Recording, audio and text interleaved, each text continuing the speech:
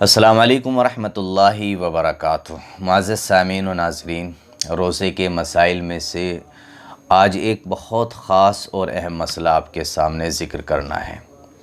और ये मसला जो है ये ख़वातीन से मुताल्लिक़ है, बहुत अहम और ज़रूरी मसला है। मसला ये है कि अगर रात में हम सहरी शुरू कर दें पाकी की हालत में, यानी अभी पीरियड शुरू नहीं हुए और माहवारी का खून शुरू नहीं हुआ और रात में पाकी की हालत थी और उसी हालत में आपने सहरी खा ली, सहरी खाने के बाद में रोज़ा शुरू हो गया। अब दिन में किसी टाइम 9 बजे, 10 बजे, 11 बजे, 2 बजे, 4 बजे, यानी शाम का सूरज गुरूब होने से पहले पहले किसी भी वक्त में आपका खून शुरू हो जाता है, पीरियड शुरू हो जाते हैं। तो अब इस सूरत में रोज़े के सिलसिले में क्या हुक्म है?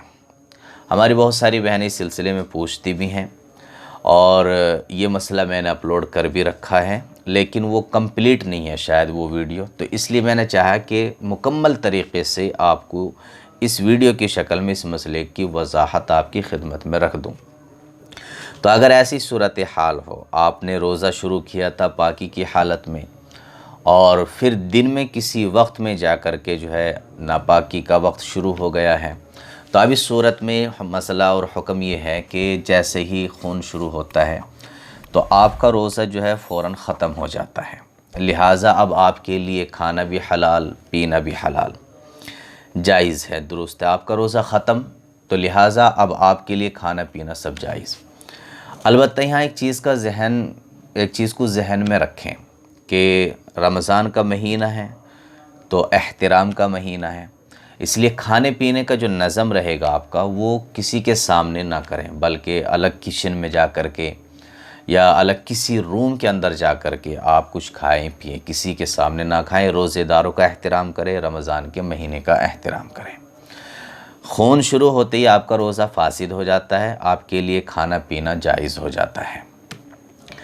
अलबत्ता यहाँ एक चीज़ और ज़हन नशी कर लें, जैसे ही आपका ये खून शुरू होता है रोज़ा आपका ख़त्म हो जाता है और 3-4 दिन के बाद में, किसी की आदत 4 दिन की होती है, किसी की आदत 5 दिन की होती है, 6 दिन की होती है, यानी कि इस बीच तो आपको रोज़ा नहीं रखना है जब तक कि माहवारी का खून चल रहा है।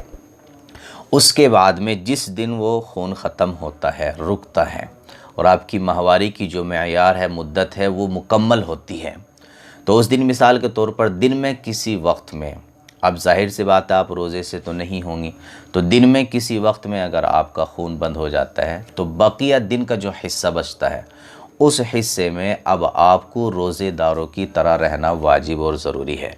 यानी कि बाकी हिस्सा जो बचेगा उस हिस्से में आपको एक रोज़ेदार की तरह रहना होगा, ना कुछ खाना है ना कुछ पीना है। तो इस मसले को अच्छे से समझिए। जो शुरू की हालत है, यानी आप रोज़े से थीं, उसके बाद में जो है आपको पीरियड शुरू हो गई, लिहाजा आपका रोज़ा ख़त्म हो गया। फिर जब तक ये पीरियड चलते रहेंगे इस बीच में आपके लिए रोज़ा रखना हराम और नाजायज़ है, आप रोज़ा नहीं रखेंगी। जिस दिन पीरियड मुकम्मल होंगे और खून आना बंद होगा, तो जिस वक्त भी खून आना बंद हो जाए उसके बाद से जो वक्त बचता है इफ़्तार के वक्त तक, इस हालत में यानी इस वक्त में जो है आपको रोज़ेदारों की तरह रहना लाजिम और ज़रूरी है। अब आप कुछ ना खाएंगी ना कुछ पिएंगी। उम्मीद करता हूँ कि आप इस मसले को अच्छी तरह से समझ गए होंगे, लेकिन अगर फिर भी किसी तरह की कोई बात आपके जहन में हो तो आप नीचे कमेंट बॉक्स में लिख करके पूछ सकते हैं। अस्सलामु अलैकुम वरहमतुल्लाहि वबरकातुहू।